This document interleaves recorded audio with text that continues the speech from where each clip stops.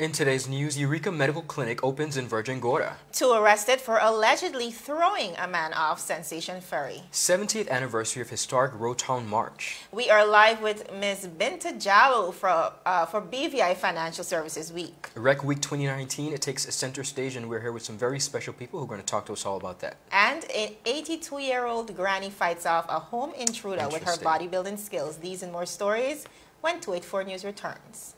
Is business slow? Cash flow down? Hosting an upcoming event? We can help. Advertise with 284 Media and take your business or event to the next level by enhancing your present marketing and messaging strategies. Allow our team of experts to create a personalized ad that sets your business apart from all the rest. This could be your business or event. So, what are you waiting for? Contact our marketing team at 284media@cctbvi.com. Advertising with us works. When you need to stay connected with friends and families at home or abroad, the best choice for you is Freedom. CCT Freedom. With the lowest rates in the market, our Freedom plan gives you unlimited calls and texting. Plus, our Freedom One package includes 10 gigabits of super fast unlimited LTE data and unlimited calls to the BVI, USA, USVI, Canada, Puerto Rico, and UK lines. Why pay for overages when you can enjoy CCT Freedom? Stop by at one of our stores today and speak with one of our representatives to find out more about our CCT Freedom packages. Welcome, everybody. It's Monday, November 25th, 2019. I'm Ron Grant. And I'm Javon Wilson. We're back from a very eventful weekend. Most definitely. A lot of time in Virgin Gorda this past Yes, weekend. we did. I know you were there for the opening of the Eureka. Grand opening of Eureka Medical Clinic. Wow, of and also, of course, Taste of Virgin Gorda via the BVI Food Fest. Virgin Gorda was Beautiful literally production. alive this weekend. Listen, I mean, for it real. was quite And exciting to see. I'm really excited to see so many persons coming over from the main island of Tortola to support them as well. And of course, all the restaurants, small and large alike, they came out in their numbers. And did you enjoy your time over there? Listen, over-enjoyed. Good. And our tour tapping, oh my God. Amazing. Good stuff. Topping today's newscast, as we just mentioned, Eureka Medical Clinic, serving the British Virgin Islands since 1985 and known as one of the BVI's premier choices for medical care, has now broadened their reach by opening a medical clinic on Virgin Gorda. The auspicious occasion took place this past Saturday, November 23rd, 2019, with scores of staff, doctors, residents, and political leaders present to witness the grand opening. Nurse Patrine Lewis presented a brief history on the development of Eureka Medical Clinic on Virgin Gorda. Take a look. I'm Patrine Lewis, the second nurse who came to work with Eureka on Virgin Gorda.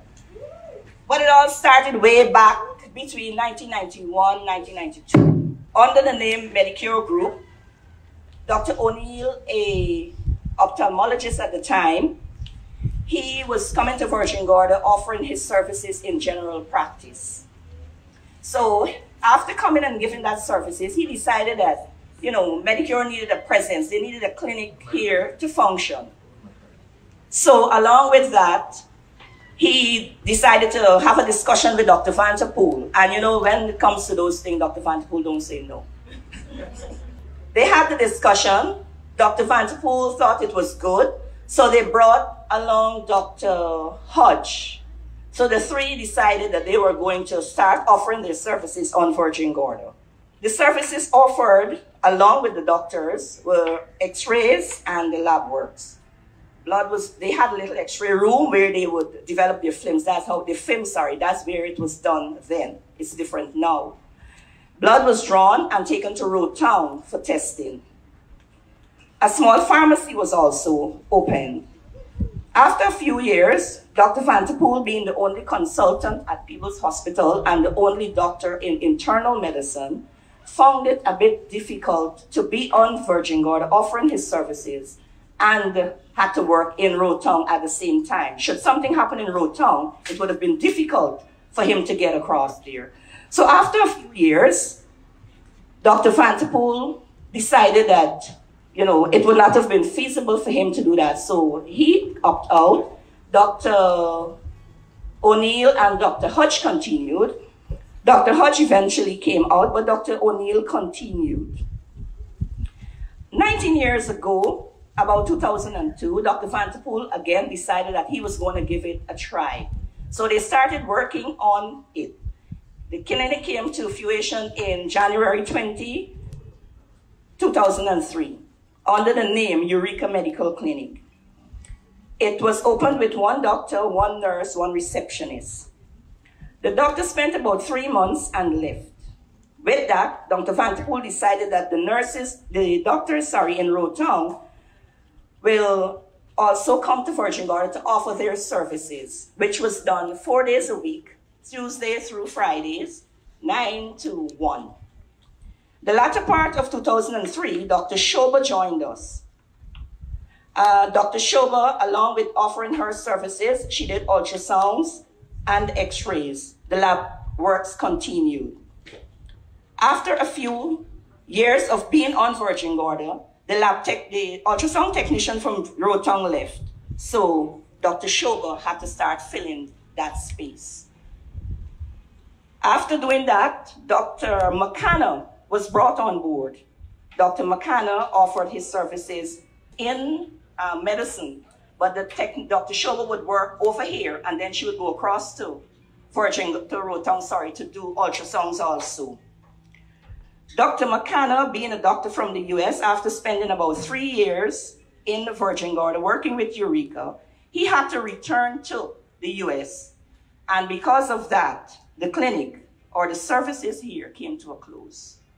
So this is just a brief history on Eureka in Virgin Gorda. I don't know if Dr. Vanterpool would want to add anything else. Thank you. Many sang praises to Dr. and Mrs. Hesketh Vanterpool on their vision and fortitude in providing first-class medical care to the residents of Virgin Gorda. In addition, the staff at Eureka sang praises as they worshipped in thanksgiving just for how far the medical institution had come. Giovanni, was truly an afternoon of thanksgiving, singing testimonials, and I know the residents on Virgin Gorda are thankful for this new addition. Dr. Hesketh Vanterpool, in his vote of thanks, made a mention that within the coming months, a dental wing will also be added to the clinic. The Honorable Shireen Flax-Charles and Honorable Vincent Wheatley also gave stirring words of commendation to Dr. Vanterpool and his team. 284 Media wishes to take this opportunity to congratulate Dr. and Mrs. Hesketh Vanterpool on a job well done in providing state-of-the-art medical care to the residents of the Virgin Islands. Continue the good work. Now, the entire live video of the grand opening can be viewed via 284 Media page for those of you who missed it. This is remarkable for Virgin Gorda. They continue to do great things. But Mr. Vanterpool, Dr. Vanterpool, and his team specifically, I mean, continuously extending their arms when it comes to the medical industry. But I'm really glad for the residents of Virgin Gorda because for so many years they've been out of commission. You know, a real hospital. Yes, there is a clinic. There is the Iris O'Neill Clinic, but there are so many limitations there. So, and one of the things, very positive things, Jovan, that came out of that was with the Nurse Iris O'Neill Clinic, they made sure to mention, persons were there to make mention that it's not at all competition. Right. It's just a compliment what to the medical services, which I think is great.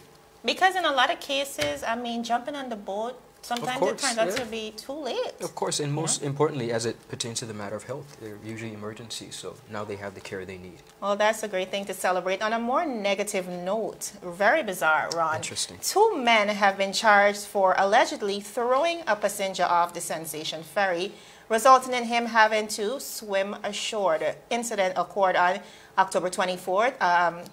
Has now resulted in 21-year-old Jacoy Lloyd as well as 33-year-old Shane Freeman, both of them being charged with assault occasioning actual bodily harm. Now, our newsroom reached out to the Marine Manager at the BVI Port Authority, Mr. Barronville, who confirmed that indeed a report was made of the incident. He said, according to the report, on October 24, 2019, a passenger aboard the ferry became hostile and was asked to be seated by crew members. After the passenger refused to take a seat, the captain, who was eventually informed, asked that he exit the ferry to ensure the safety of other passengers. The passenger refused and allegedly attempted to hit a crew member when he lost his balance and subsequently fell overboard. The registry report claims that even then he refused assistance from the crew members to get him out of the water and subsequently swam to shore. Now, that is the account from the BVI Port Authority You got it. Sorry. Where the Sensation Ferry filed a formal report. However, contrary to that report, Ron, we've been hearing different stories. The man is alleging that he was pushed overboard, and I know this went viral because a lot of persons were duly concerned. This is a service that we use for transport. I know one of the newer ones, but definitely one that is highly supported in the Virgin Islands. And so safety is supposed to be of paramount importance. And hearing that a passenger was pushed overboard is of a major concern. Yeah, the claims are absolutely daunting, and I do trust that the persons, you know, within the areas to speak on it could do so to give residents a little bit of assurance that once they are a passenger aboard any vessel or any establishment, that they could validate and be sure that they'll have some level of protection. But it is totally daunting and quite bad. It's bizarre. Yeah. We wanted to ensure that we get as many sides to the story as possible. So we also reached out to the police, who confirmed that, yes, 2 persons were charged and they were granted bail in the amount of $10,000 with 1 signed surety, and they're due to return to court on January 21st, 2020. We also made a conscious effort to speak with the captain and CEO of Sensation Ferry, Mr. Kimoy Foy Sr., who declined to comment, saying that at the time he was off island. We will continue to follow the details of this story and, of course, update you guys accordingly. Viewers, still ahead, Virgin Islanders remember the historic March of 1949, and we are live with Miss Binta Jallow to speak about tomorrow's financial services debate and all the other activities to come. These and more when 284 News returns. Everyone looks to the future, but no one truly knows what the future holds. The number of people under the age of 20 with type 2 diabetes could increase by 49% by 2050. Let it be known that we all have a 30% chance of developing hypertension. Globally, more than 300 million people of all ages suffer from depression. More than 60,000 young adults aged 20 to 39 are diagnosed with cancer each year. Obesity leads to problems such as stroke, heart disease, and kidney failure. No matter your race, age, or color, we are all at risk. These diseases can be managed or prevented if caught early. But with the right medicine and the right doctors to keep us on a path to live a robust and healthy life, we will live well.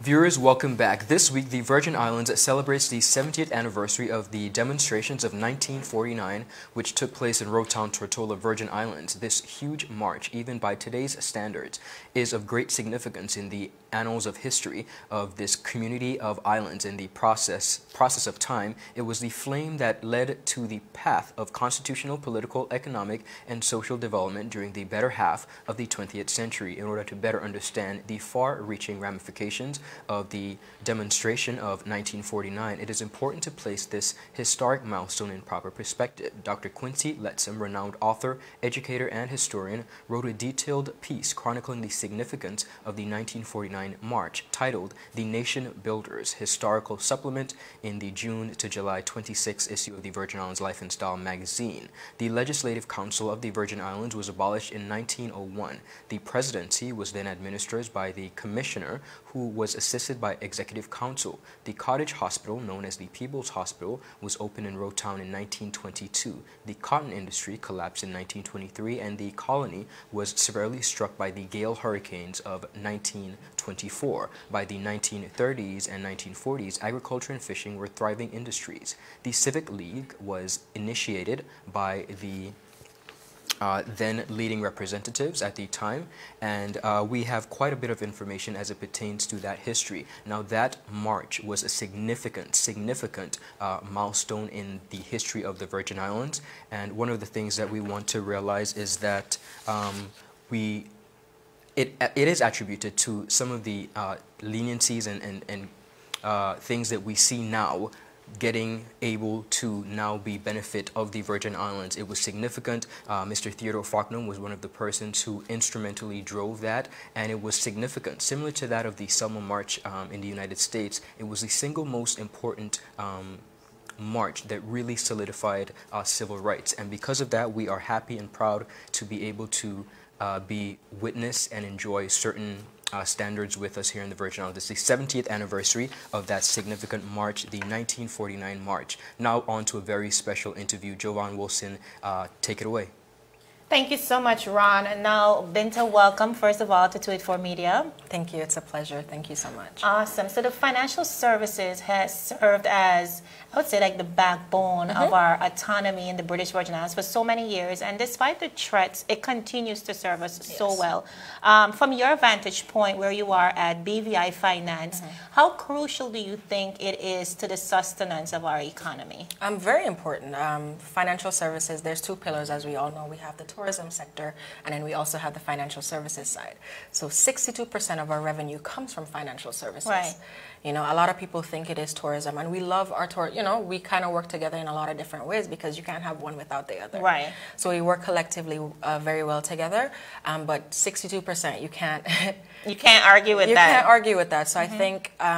Which is why I'm so glad you guys invited me here today. It's very important to kind of show the community that financial services is everybody's business. Right. It's very important, and this is what we should be saying. Just as much as we root for tourism, we should root for financial services as well. Absolutely. So we're in the middle of celebrating Financial Services Week. I don't think I've ever heard of this. Is this the first time around? This is the first time, to my knowledge. I know they've done several things in the past to commemorate the International Business Companies Act of 1984. Okay. So this is its 35th year, and just as an FYI, so basically there's another, it's the Business Companies Act. Right. Now, you know, so it was, yeah, but it's, I'm excited. It's a week of activities. We try to come up with a fun week, kind of get everyone to relax, industry to relax, the community to kind of get involved and learn a little bit more about kind of what makes us tick. So very exciting. Me too. and then tomorrow, I'm specifically excited about that, or intrigued by it rather, because we get to see, I would think, the seasoned industry professionals come up against the fresh minds at HLSCC for this grand debate that everybody's been talking about. So tell us about that. Okay, so I'm actually going to read the moot so I don't kind of mess it up. It's financial services is a sustainable sector for the future development and prosperity of the BVI economy. So it's a mouthful, but it's going to be exciting. So we've got 4 students participating, and their names are Brent Andrew, Jerina Morrison, Jamil Jones, and Jordan Dawson. So from the HLLCC team. And on the financial services side, we have the big dog. So we have 3 representatives for one of the major companies. We have Jermaine Case. He's an associate at Harney's. We have Eric Van Als. He's the managing director of Citco, which is one of the major companies here in the BVI. And then we also have Justin Davis, who is counsel at Kerry Olsen. So it's going to be interesting. I kind of go back to when the students kind of debated the police, and the students won. Right. So you kind of You just never know what direction it's going to take. You never know. So I'm pretty excited about that. And two, it really marries old perspective to new and determines the direction of the industry, which I really like. So all persons can come out to this tomorrow, I assume. So all persons can come out. We'll have refreshments available and some light snacks and food. Actually, food. They've got good food. They've got good food. So I would encourage everyone to come out. It is going to be held in our offices at 6 p.m. So that is the BVI Finance Conference Room, 3rd floor, Cutlass Tower. That's the building with Simply Delicious. So come on out. Come out in your numbers. Support the students. Support the industry. I mean, it's going to be a night you don't want to miss. Absolutely. Now, beside this grand event, I know there's also something happening tonight, and we have activities planned throughout the week. We do. Let's get into that. Okay, so tonight, my event, let me just put that out there. We're going to be having, I'm very excited about, I love Jeopardy. Right. You know, and I feel like it's very timely now given everything that Alex Trebek is going through. So I'm excited. So tonight, Jeopardy, it's going to be from 6 p.m. It's also a free event. We're going to have, and we've partnered with local bartender Robert Swain. Okay, so On the Rocks is going to be providing the drinks. So that's tonight. From 6 to 10. So basically we're going to have industry and anyone can participate. So if you're there, you can kind of work merging Who Wants to Be a Millionaire, technically how they say, let me call a friend. Yes. So you can kind of phone a friend from the audience. So if you don't know the answer. So it's going to be really funny. Sorry, I shouldn't say funny. It's going to be really good. Because we've incorporated questions about the entire BVI as well, not just the financial services side. So it's very balanced. And we think it's going to be a good night for everyone. So we went through debate night, which is tomorrow. And then Wednesday we have what we're calling bar bingo at Coconut Lounge. Wow. So it's bingo with a twist. And we've got got amazing prizes up for grabs. We've got cell phones up for grabs donated by Flow and CCT. Not CCT, sorry, Lord, what did I do? Flow and Digicel. We don't mind taking a compliment. I'm like, y'all can have it. I'm so sorry. And then we have, you know, we have a lot of great prizes, and we've got a lot of partners for this. Not just financial services. We've got so many people helping us, and we're very grateful. So that's tomorrow. It's $30, and you get 10 sheets to play bingo. And Everybody amazing loves prizes. a good game of bingo. And what I failed to mention is that everything from all week is going towards charity. Wow. So All we're not proceeds keeping made. all proceeds from every single thing goes to charity. That's a big And deal. then we also have on Thursday, the biggest night, is the awards gala, which will be held at the Scrub Island Resort. So that's also available to the public. The tickets are available to purchase from BVI Finance. It's $200 per ticket, and those proceeds also go to charity. Wow. And the charity of choice is the Elmore Stout High School's Financial Services Business Department. That's really good. Yeah, I so didn't it's even really, know there was yeah. a department specific to that. Yeah, it's the so business important. department, but they have, remember a couple years back, they implemented financial services classes. Very good. So we think it's kind of important to kind of educate, you know, educate the students. And then after awards, the last day is Friday the 29th, it's career fair. So we encourage everyone to come out. We're going to have a bunch of tables. You may be able to find job opportunities. You may be able to find, you know, learn more about financial services, because it's not just being a lawyer or being a trust agent or being anything. I'm in marketing. Right. I never wanted to be in financial services, but I found my way in and it works.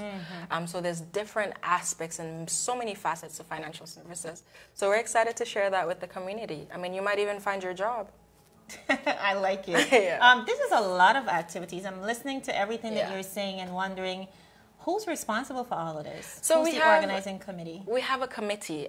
We call it the Financial Services Week Committee. So it's comprised of about 18 to 20 of us from different firms all throughout, including government. We're also working with. Collaborative effort. It is a collaborative effort, and we're working with the government. GIS has been so helpful. All these graphics that you see, that's Department of Information and Public Relations. And we've also, Premier's office is a big factor in this. So we're working with essentially all the players in the game. So everyone's got a hand to, you know, got their hand in the pot, I should say.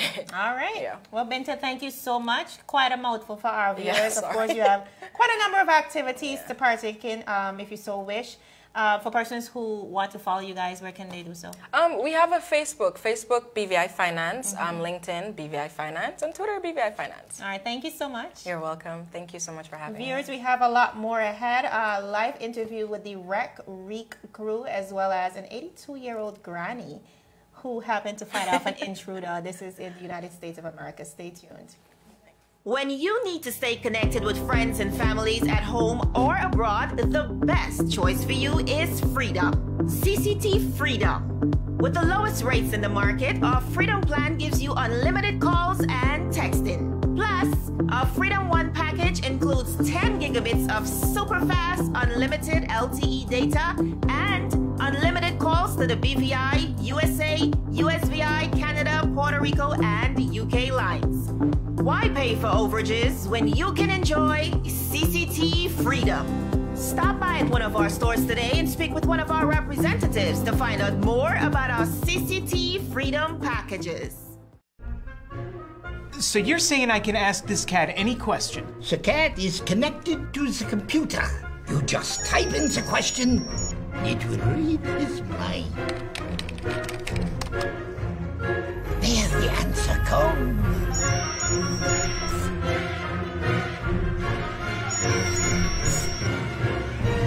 You're the man! I've been looking for this for weeks.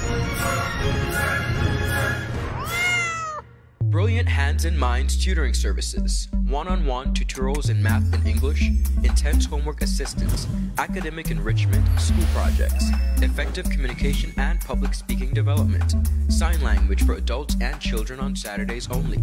Registered with the Virgin Islands High School Certificate Program, Brilliant Hands and Minds can help you too. Offering intense curriculum-based training to help you or your loved ones get their high school diploma. It's time to make your family's education a #1 priority. Hurry, space is limited. Brilliant Hands and Minds Learning Center. We are the trained education professionals.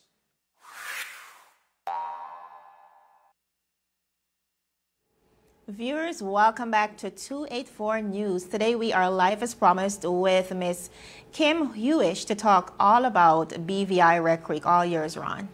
Thank you so much, Jovan, and Kim, welcome to 284 Media. I'm very happy to be here. Thanks, Ron. Of course, we are celebrating Rec Week 2019 in the beautiful British Virgin Islands from December 1st to the 7th.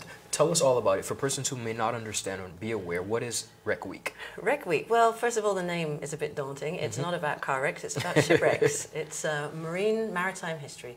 What we really want to do, I come at this from the Dive Association, we want to share with everybody in the BVI, resident and visitors alike, maritime history, culture, diving. It's just a little bit of everything, and we hope to really get people involved and excited. Okay. It's, as I say, it's not just for visitors, although we really do want visitors to come down and understand that the BVI is an amazing place for scuba diving. But we've got a whole bunch of activities which we hope that residents will start to come in and join us. And we want to show people that diving is for everybody, and Indeed. It can be a hobby, it can be a career. Well, it's funny that you say that, because I'm always really surprised at the idea that persons who have lived and grown up in the beautiful British Virgin Islands, of course the sailing capital of the world, are either fearful of the water, they're either just terrified, they can't swim, or perhaps, just like you said, they think that all of these services as it pertains to diving and sailing are for visitors and not us. What do you say to that? Well, we're aware of that problem, and we see it as a problem. I mean, the industry should be encouraging local people, I hate that word, but you know what I mean, should be encouraging residents to be a part of the industry. So we're working hard on that. One of the elements of Rec Week is actually the sinking of Shark Plano, go into that a little bit, and the Willie T. Now these have both been commissioned and worked on by a non-profit organization, beyondthereef.com, and those guys, together with all the BVI dive operators, are actually getting donations from divers, and that money is going exactly and specifically to get swimming lessons to every resident in the BVI. Amazing. We want kids to start learning to swim from young. You can't love what you don't know. So if we can get that fear out of the way before they're old enough, obviously we do want to go into schools and we do want to go into college as well, but our focus is to try and get swim lessons to every child here in the BVI. Amazing. Now, history plays a very pivotal role. Early in our newscast, we spoke about the March of 1949. 49, yeah. And of course, the Tortola sloops play a huge part in it. Tell us about that time. Well, that time, as you mentioned a little bit earlier in the broadcast, there was a lot going on. Sugar as an industry didn't do well, and then fishing and farming took over. Now, the Tortola sloops are unique to the BVI. There are very few of them left. They're wooden boats. They're an amazing part of history. And without those, the BVI wouldn't be where she is right now. They were critical in moving people and goods between the islands. Funnily enough, we were exporting food to Puerto Rico, which blows my mind. Right. But that's the economy that was critical then. Another really interesting thing, which I just found out about, was that to do with that same march was the Joan of Arc, which was a hand-built ferry, the first ferry built within the territory.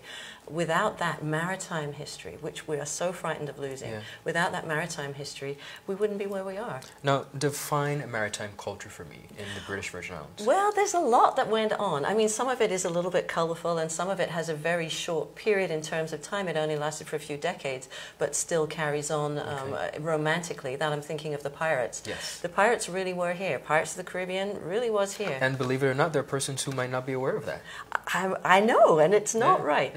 And there are also people like Disney who are making multiple millions of dollars from pirates on islands that they never actually had any pirates. Off of our real life concepts. Off of our real life guys, yeah. So one of the projects that I mentioned that Beyond the Reef has done is sinking the Willie T.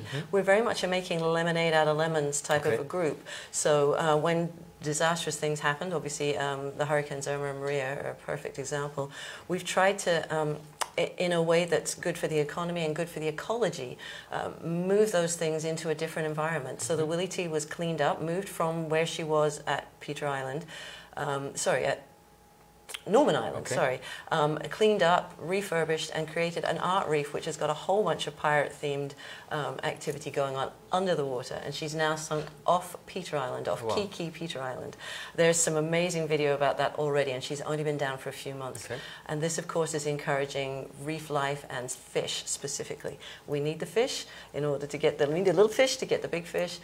It's all linked in, it's all one thing. Most definitely. So tell me about some of the activities for Rec Week 2019, December 1st to the 7th. Well, we're very, very excited. This isn't the first year that Rec Week's happened, but it's the first year that it's been in this format. In this form, right. So the very so first, interactive, I must say. We really are trying to do that, and we're trying to make sure that it's not just a Tortola thing, which often happens. So the very first event is at Hendo's Hideout, which is at White Bay, Jost Van Dyke. That's a pirate-themed party, so you can go and get your Johnny Depp on over there and have some fun. They're actually showing videos late into the evening too, so it's a lot of fun. Then Monday is a moorings meet and greet. Now that's at the moorings right in Road Town, and we want people to have access to dive instructors, to the dive professionals, stakeholders, but we want residents to come out, and we're also bringing some mentors. We've got people like Alton Bertie, who's only just started diving, Dylan Penn, who's two locals, very good. Yeah, who's been diving all his life. He said he was one of the guys. It seems like there was two schools when you were a kid. You were either thrown in and you made it, or else you actually learned how to swim. You learned how to swim, or else you were actually fearful from get-go. So he was one of the ones that learned and loved it, and was shown that diving was there. So we want youth to know that diving is for everybody. As I say, it could just be a hobby, but perhaps a career. It could be a professional career as well. Yeah. You can take it worldwide. So then Tuesday is at Cooper Island. That's another fun, relaxed kind of kickback kind of an event, and you can actually win a 3-day stay there if you do their little quiz. Yep. Then on Wednesday, it's the inaugural Shark Plano sinking dive. That will be something spectacular. 3 planes that didn't make it through Irma have been completely refurbished. They were on the runway to start with. Of course, they've been taken away, cleaned out. They've now got pirate fins on their roofs and pirate teeth. So they're going to be amazing dives. They're going off the Dog Islands, which, if you're not sure, is just off the end of Beef Island. And then on Thursday, we move to Virgin Gorda, and that's at Nail Bay, another amazing party. Friday is back to Tortola, and we're doing a beach cleanup at Ken Garden Bay. Underwater and above water. We've got 2 of the dive shops are going to be providing equipment, so if you're a local diver that's certified, we've got equipment there. Obviously visitors, we hope, come down and clean up Ken Garden Bay with us. It's a team effort. And then the final event is at Nanny Key, and that's where my heart is. We've got the heritage dancers, we've got the Mahajumbies, a night of culture, we've got steel drums, my favorite. And it's a local menu. It's a really good buffet, a menu of things that everybody that's from the BVI will recognize. Amazing. That's a lot of great stuff, Kim, and thank you so much for stopping by our 284 Media Studio. Ladies and gentlemen, Rec Week 2019, that's going to be held from December 1st to the 7th. Jovan, take it away. So exciting. I can't wait to go.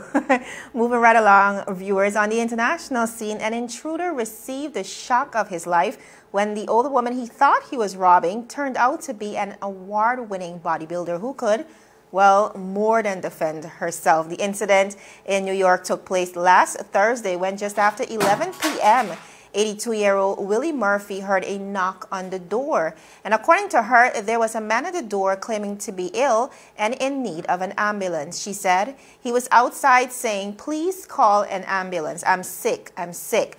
However, she refused to let him inside, and she says that he became irate. She said, "I heard a low noise. I'm thinking, what the heck was that? The young man is in my home."